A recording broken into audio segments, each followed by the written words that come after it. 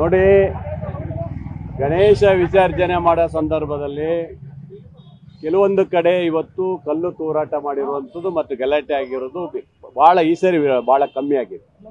ಸಾಗರದಲ್ಲೂ ಸಹ ನಿನ್ನೆ ಗಲಾಟೆ ಇದು ಮೊನ್ನೆ ರಾತ್ರಿ ಬಿಡಬೇಕಾದ್ರೆ ಅಲ್ಲಿ ಜನತ್ಕಲ್ಲಿಯ ಒಂದು ದೊಡ್ಡ ಮಟ್ಟದ ಒಂದು ಗಣೇಶವನ್ನು ಹಿಂದೂ ಗಣಪತಿ ಬಿಡಬೇಕಾದ್ರೆ ಯಾವುದೋ ಚಿಕ್ಕ ಮಕ್ಕಳು 5 ವರ್ಷದ ಮಕ್ಕಳು ಮೇಲ್ಗಡೆ ನಿಂತ್ಕೊಂಡು ಆ ಗಣೇಶ ಬರೋ ಹೊತ್ತಿಗೆ ಉಗುಳಿದ್ದಾರೆ ಅನ್ನೋದನ್ನ ಸಾಕ್ಷಿ ಸಿಕ್ಕಿದೆ. ಆ ಮಕ್ಕಳನ್ನು ಕರೆದು ಎನ್ಕ್ವೈರಿ ಮಾಡಿ ತಂದೆ ತಾಯಿಗಳನ್ನು ಎನ್ಕ್ವೈರಿ ಮಾಡಿದ್ದೀವಿ.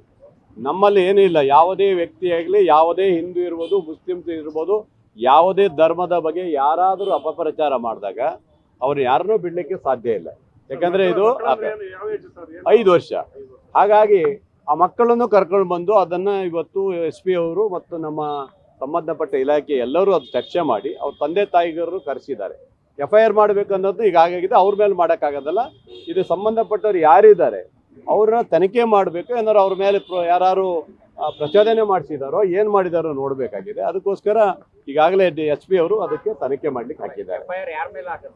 ಅವ್ರ ಕುಟುಂಬದಲ್ಲಿ ಚರ್ಚೆ ಮಾಡ್ತಾ ಇದೀವಿ. ಅವ್ರನ್ನೂ ಕರೆಸಿದ್ವಿ. ಅವ್ರ ತಾಯಿ ಹೇಳಿದ್ದಾರೆ, ನನಗೆ ಗೊತ್ತಿಲ್ಲ, ಹೋಗಿದ್ದಾರೆ ಮಕ್ಕಳು, ನಾನು ತಪ್ಪಾಗಿದೆ, ಕ್ಷಮೆ ಕೇಳ್ತೀನಿ, ಈ ಥರ ಆಗಬಾರ್ದಾಗಿತ್ತು ಅಂತ ಹೇಳಿದ್ದಾರೆ.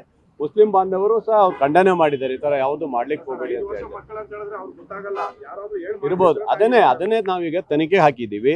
ಆ ತನಿಖೆ ಏನಾಗುತ್ತೆ ಮುಂದಿನ ಭಾಗದಲ್ಲಿ SP ಅವರು ಮಾಡ್ತಾರೆ. ಅದನ್ನ ಒಂದು ಯಾವುದೇ ಇರ್ಬೋದು, ಇವತ್ತು ಆ ಮಕ್ಳಿಗೆ ಗೊತ್ತಾಗಿಲ್ಲ ಅಥವಾ ಯಾರೋ ಪ್ರಚೋದನೆ ಮಾಡಿದಾರೋ ನಮ್ಗೆ ಗೊತ್ತಿಲ್ಲ, ಯಾವುದೇ ಇರಲಿ. ನನಗೆ ನೋಡಿ ಮೊನ್ನೆ ರಾಯಚೂರಾಗ ಇಲ್ಲ, ನಾನು ನೋಡಿದೆ, ಮಾಡಿ ಮೇಲೆ ನಿಂತ್ಕೊಂಡು 2 ಜನ ದ್ವೇಷದಲ್ಲಿ ಇದರಲ್ಲಿ ಕಲ್ಲು ಹೊಡೆದಿದ್ದಾರೆ, ಮೇಲ್ಗಡೆ ನಿಂತ್ಕೊಂಡು ಕಲ್ಲು ಹೊಡೆದಿದ್ದಾರೆ. ಅದು ಏನಾಗುತ್ತೆ ಅಂದರೆ ಅವರ ದ್ವೇಷಕ್ಕಾಗಿ ಯಾವುದೋ 1-2 ವರ್ಗಕ್ಕೆ ಇವತ್ತು ಸಂಬಂಧಪಟ್ಟ ಇದರಲ್ಲಿ ಇವತ್ತು ಗಲಾಟೆ ಹಚ್ಚಿ ದೊಂಬಿ ಮಾಡುವಂಥ ಕೆಲಸವನ್ನು ಮಾಡೋದು ನಿಲ್ಲಿಸಬೇಕು. ನಾನು ಅಷ್ಟೇ ಹೇಳೋದು, ಯಾವುದೇ ಧರ್ಮಕ್ಕೆ ಯಾರೇ ತೊಂದರೆ ಕೊಟ್ಟರು ಸಹ ಅವರಿಗೆ ಶಿಕ್ಷೆ ಆಗಬೇಕಾಗುತ್ತೆ ನಂದು ಒತ್ತಾಯ ಹೇಳ್ತೀನಿ ನಾನು. ಹಾಗಾಗಿ ಮದ್ದೂರಲ್ಲೂ ಆಗಿದೆ. ಯಾರೋ ಕಿಡಿಗೇಡಿಗಳಿದ್ದಾರೆ, ಅವ್ರು ಯಾವುದೇ ಒತ್ತಡಕ್ಕೆ ಯಾರೂ ಮಣಿಯುವಂಥ ಪ್ರಶ್ನೆ ಇಲ್ಲ.